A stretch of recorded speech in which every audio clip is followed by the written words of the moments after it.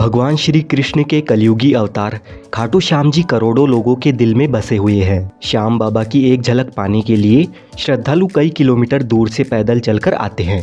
महाभारत की युद्ध भूमि में अपना शीश काटकर श्री कृष्ण जी को दान देने वाले बर्बरीक जी, जो कि राजस्थान के सीकर जिले के खाटू गांव में खाटू श्याम जी के नाम से जाने जाते हैं। श्याम बाबा के भव्य मंदिर में दर्शन करने के लिए हर दिन लाखों भक्त खाटू में आते हैं और जो भी भक्त पूरी आस्था के साथ यहाँ आते हैं, श्याम बाबा उनकी मनोकामनाएं पूरी करते हैं। कहते हैं कि जब आप हर जगह से हार जाए तो एक बार खाटू श्याम जी के मंदिर में ज़रूर आइए। यहाँ पर दर्शन करने से आपके सभी बिगड़े काम बन जाते हैं। जैसे जैसे कलयुग आगे बढ़ रहा है, वैसे ही श्याम बाबा के भक्त भी बढ़ते जा रहे हैं। जो कोई भी खाटू श्याम जी को दिल से अपना मान लेता है, खाटू नरेश उसके सारे कष्ट हर लेते हैं। तो खाटू श्याम जी के दर्शन करने के लिए आप आना चाहते हैं या आ रहे हैं तो आप खाटू कैसे पहुंच सकते हैं? मंदिर में दर्शन करने के बाद आप और कौन कौन से दर्शनीय स्थलों पर जा सकते हैं? साथ ही एक दिन में आप सालासर धाम में बालाजी के दर्शन करने के लिए किस तरह से जा सकते हैं?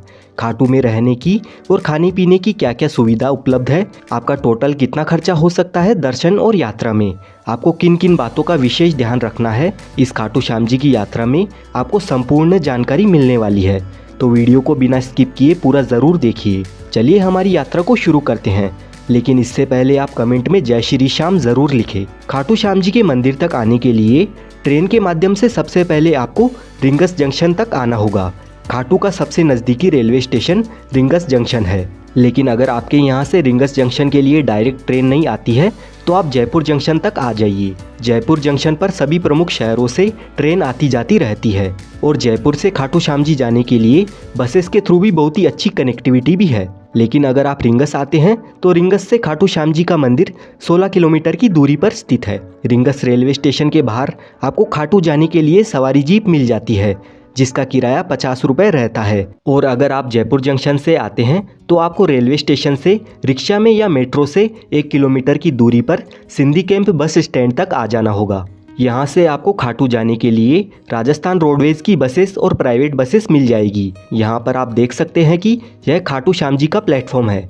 ये प्लेटफॉर्म उन यात्रियों के लिए स्पेशल बना हुआ है जो खाटू श्याम जी के लिए जाते हैं। इस बस स्टैंड के अंदर और बस स्टैंड के बाहर प्राइवेट और गवर्नमेंट की बसेस हर आधे से 1 घंटे में खाटू के लिए रवाना होती है। जयपुर से खाटू श्याम जी 80 किलोमीटर की दूरी पर है। खाटू जाने के लिए राजस्थान रोडवेज की बस का किराया 100 रुपये तक होता है।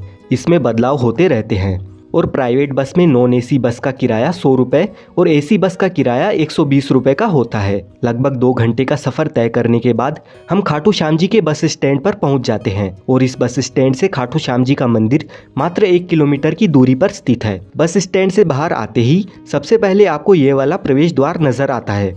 इस द्वार को तोरण द्वार के नाम से जाना जाता है। यहाँ पर श्याम बाबा के भक्त नाचते गाते खूब इंजॉय करते हुए फाल्गुन महीने के मेले के दौरान 11 के दिन सभी भक्त निशान लेकर रिंगस से खाटू श्याम जी तक 18 किलोमीटर पैदल यात्रा करते हैं और इस तोरण द्वार के पास आकर श्याम बाबा को स्मरण करते हुए उनके दर्शन करने के लिए आगे मंदिर में जाते हैं।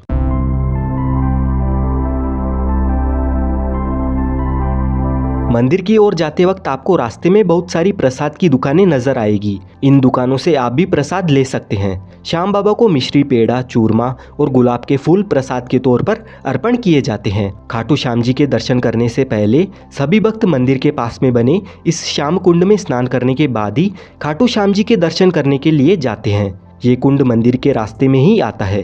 प्राचीन मान्यताओं के अनुसार इस श्याम कुंड में स्नान करने से चर्म रोग भी ठीक हो जाता है। और यहाँ की एक और विशेष बात है, इस जगह पर पुराने ज़माने में खेत हुआ करता था और यहाँ पर एक गाय आकर रोज अपने आप दूध दिया करती थी। जब लोगों को इस बात का पता चला तो यहाँ खुदाई की गई। तब 30 फीट नीचे महाभारत कालीन बर्बरीक जी का शीश प्राप्त हुआ।